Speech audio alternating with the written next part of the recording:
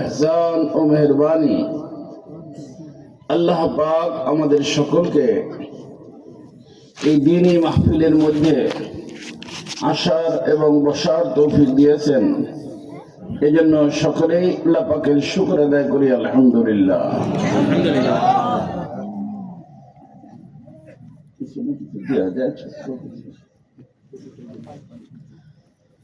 আল্লাহ,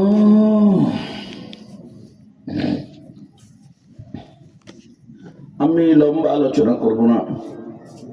এক তো শারীরিক ভাবে অসুস্থ, দ্বিতীয়ত এখানে 10:30 পর্যন্ত আমার সময় দাও, আধা ঘন্টা আছে, এরপরে আর এক জায়গায় যাওয়ার কথা। আর 12টার পরে আমি বয়ান করি না, সেটা হলো জিঞ্জিরা। এজন্য কথাবার্তা না বলে এই আধা ঘন্টা সময় আমাকে একটু বলতে দেন। কথাবার্তা বলবেন না, মোবাইল করবেন না, লক্ষ্য করে শুনবেন, দিলের কান দিয়ে শুনবেন।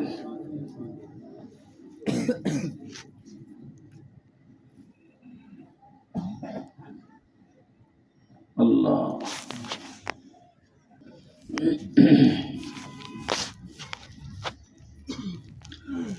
এই যে আপনারা যারা এখানে আছেন, মানুষ কে কে দেখছেন? তারা হাত উঠেন। মানুষ দেখছেন? আপনি দেখছেন একাই নাকি আর কেউ দেখছেন? এও দেখছে, এও দেখছে বাচ্চা।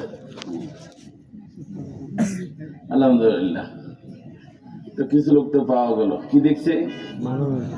মানুষ দেখছে। আসলে আপনাদের এখানে তো লোকজন কমই হাত উঠিয়েছে, অন্যখানে গেলে দেখা যায় সবাই হাত উঠে। তারা কি দেখছে? মানুষ দেখছে। আসলে মানুষ দেখা যায় না, সুবহানাল্লাহ। মানুষ দেখা যায় না, দেখা যায় না। আমার আলোচনার ভিতরে জোরে বলা নিষেধ, আস্তে চুপচাপ। যেটা দেখা যায় এটা মানুষ না। এই যে মনে করেন এখানে আমি চেয়ারের উপরে, আমাকে দেখতেছেন? তাহলে তো দেখেন না। আমি একটা জিনিস আর আমার আর একটা জিনিস। যেটা দেখতেছেন এটা আমার, আর একটা হলো আমি। দুটার মাঝে পার্থক্য আছে। আমি বলতে যে জিনিসটা বোঝায় ওটা হলো রূহের নাম। কিসের নাম? রূহের নাম। আর আমার বলতে যেটা বোঝায় এই যে দৃশ্যমান দেহ, এটা হলো আমার দেহ। আর এই আমার দেহের মধ্যে আমি আছি। তো একটা হলো আমি, একটা হলো আমার। আমার যেটা, এটা দৃশ্যমান। এটাকে আল্লাহ তাআলা বানানোর মধ্যে 4টা জিনিস ব্যবহার করছেন। কয়টা? 4টা। মাটি, আগুন, পানি, বাতাস। কয়টা হলো? তো 4টার মাধ্যমে আমার এই যে দেহটা বানাইছেন। আর আমি বলতে যে জিনিসটা বোঝায় ওটা হলো রূহের নাম। কিসের নাম? রূহ। নাম শুনছেন? রূহ। এই যে রূহ যেটা, এই সম্পর্কে ইহুদিরা জিজ্ঞেস করছিল, ইয়াসআলুনাকা আনির রূহ, মুহাম্মদ রূহ কি জিনিস?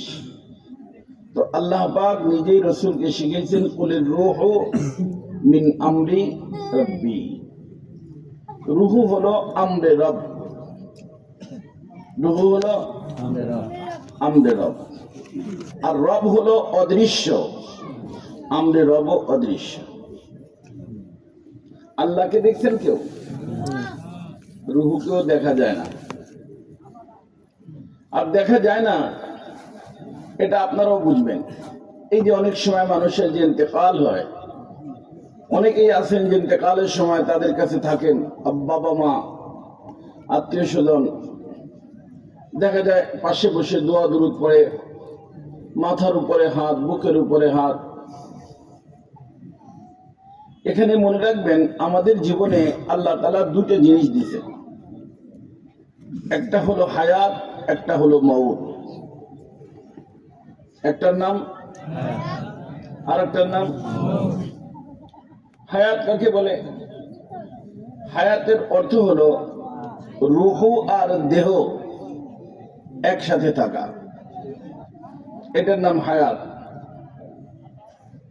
আর রূহ আর দেহ একসাথে থাকলে এই যে দেহটা সচল থাকে, দেহটা ফসল থাকে। আর রুহুটা যদি দেহের থেকে বাহির হয়ে যায়, দেহটা অচল হয়ে যায়। অচল হয় কখন? যখন রুহুটা বের হয়ে যায়। বের হয়ে যায়। সচল কিসের কারণে? রুহের কারণে।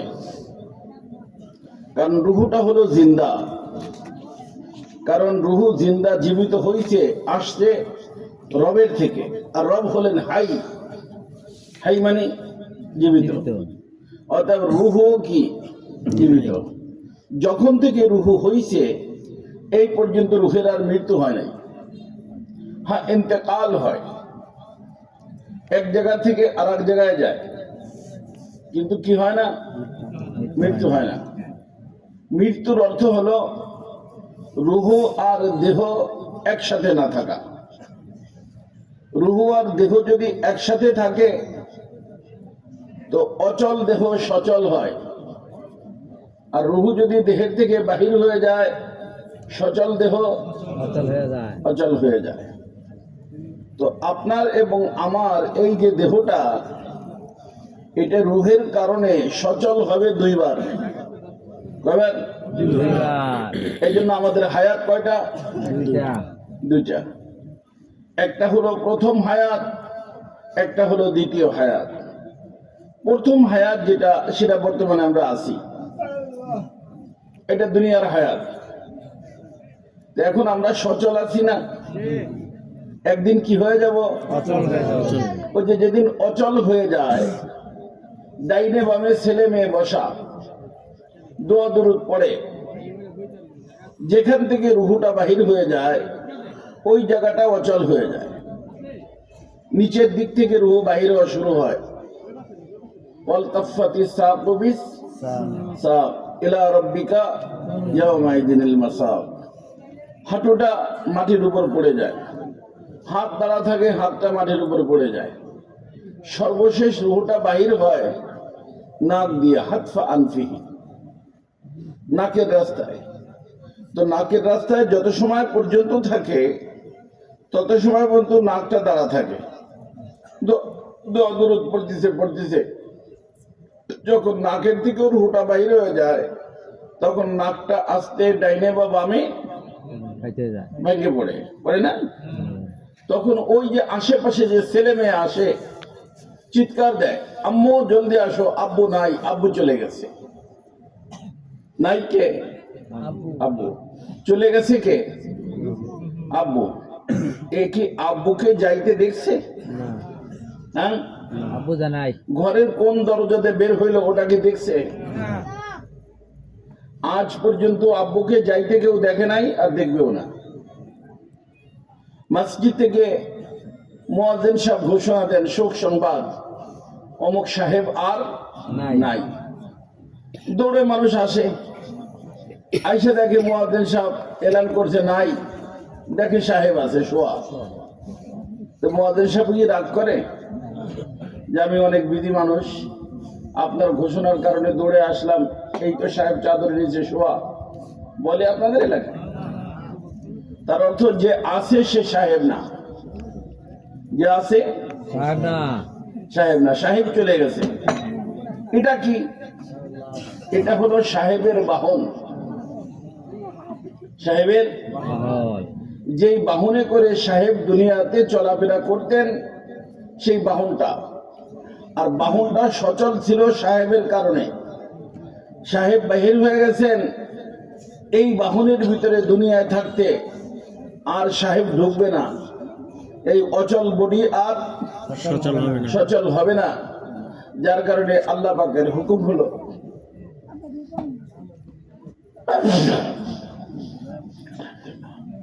আল্লাহ পাকের হুকুম হলো এই অচল বডি দুনিয়ার ভিতর রাইখা জায়গা এঙ্গেজ করে লাভ নাই, যেখান থেকে আসছে ওখানে দাও।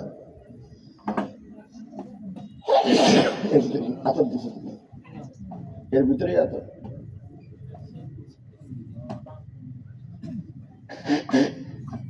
আচ্ছা,